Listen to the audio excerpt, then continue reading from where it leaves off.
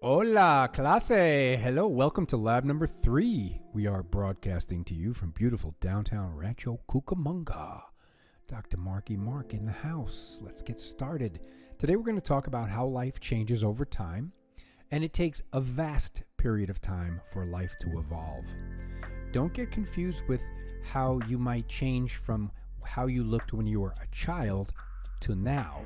Obviously, you've grown, things have happened, your hair might change color, mine is now turning gray, your muscles might get bigger, smaller, your posture, all that stuff. That is not what we mean by evolution. You don't evolve into another species. What happens is a species evolves over vast periods of time, over many generations. So when we talk about biological change over time, we're not talking about something that happens during the life of an individual. We're talking about something that happens to a species.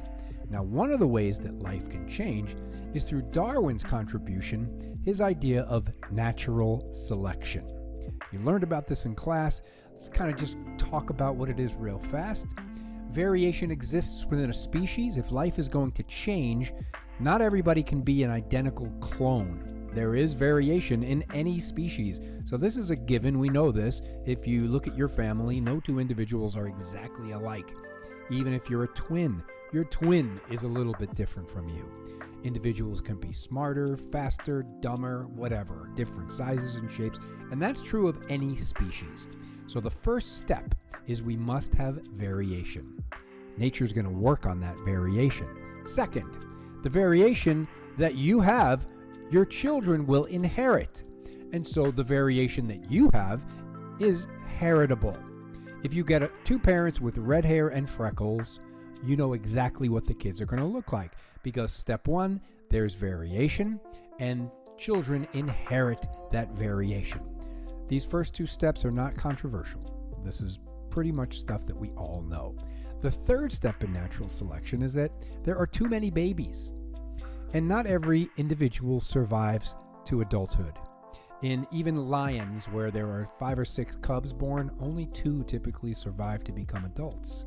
If you're a guppy, 1,000 babies are produced. Only 1 or 2 actually survive. So this is true around the world. Doesn't matter what species you're talking about. There are many offspring, and they struggle to survive. Who's going to survive? The fittest. But natural selection doesn't finish with survival of the fittest. There's one more step: making babies. Only the fittest will reproduce. So whoever survives has something that's a little bit different about them.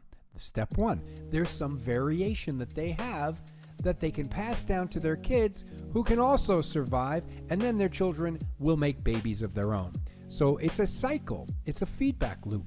And the 4 postulates, or just think in terms of steps, of natural selection explain how life can change over time. Again, not in one lifetime, but over many. Variation, heritability, struggle for survival, and the fittest survive, but the fittest reproduce. Keep in mind that last step is the most important one. And if I were to ask you, which best describes natural selection, which one would you pick on a quiz? Is it survival of the fittest?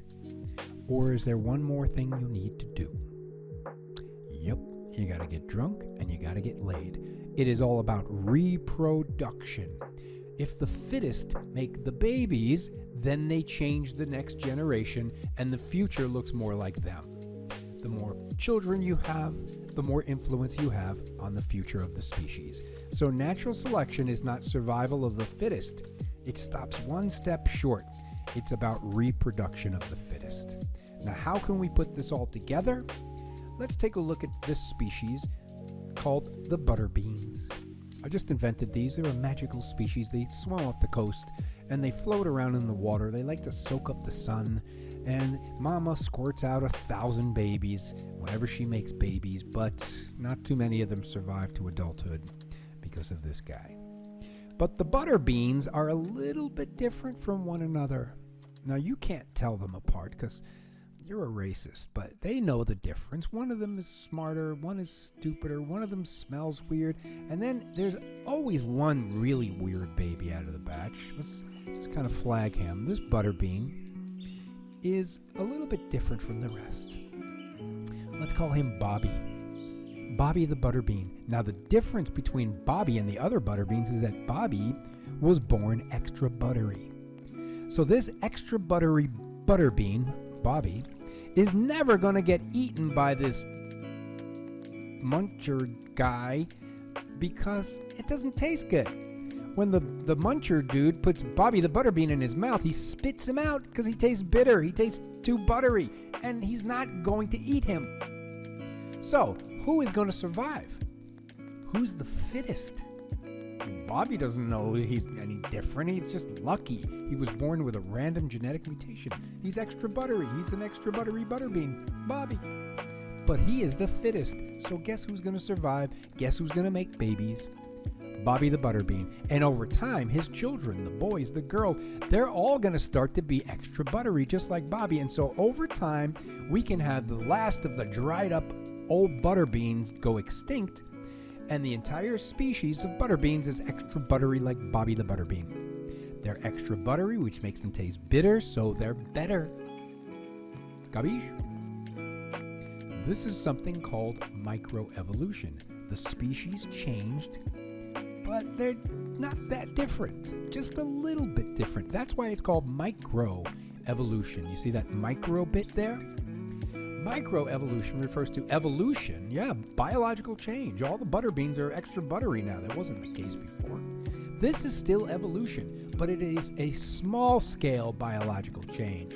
It's not a completely different species. Nonetheless, this is how life changes. Survival and reproduction of the fittest. Now, let me give you a case study you're probably familiar with. You probably got this in your class. And this is the story of the peppered moth. The peppered moth, 400 years ago, looked like salt and pepper, a peppered moth. Over time, the environment changed, and the pepper wasn't very good for camouflage. And so over time, some mutants were born who were darker.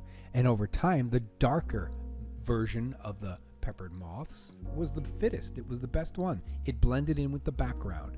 It wasn't extra buttery. It wasn't smarter. It wasn't faster. It just so happens this genetic mutation conferred higher fitness. And so over 400 years, the peppered moth changed its color. Now, this is another example of microevolution.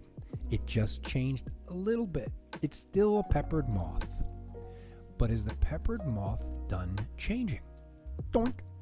And 1,000 years later, boink.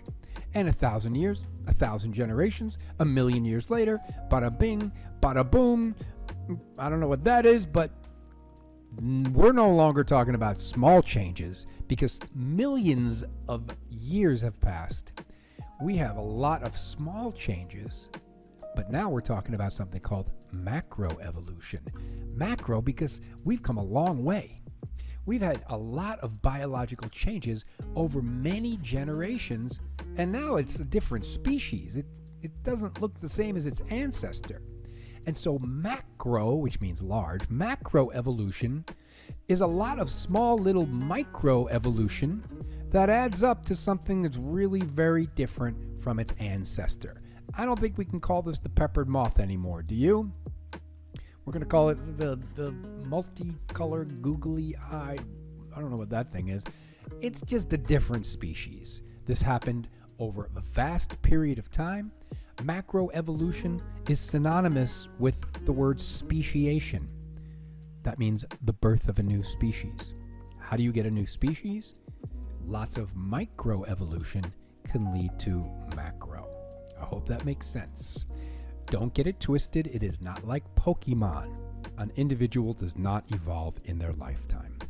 Okay, there's a lot in store for you. Number 1, there's a quiz. The quiz is going to deal with microevolution versus macroevolution. It's pretty simple stuff. I don't expect you to be too challenged. But then I have a written assignment for you. The written assignment is going to ask you, how could some people evolve the ability to digest milk when no other species can digest milk as an adult. It's a weird, freakish thing you probably remember from lecture. Try not to let this overwhelm you. It's short answers, you don't have to write too much, and most importantly, have fun. Okay.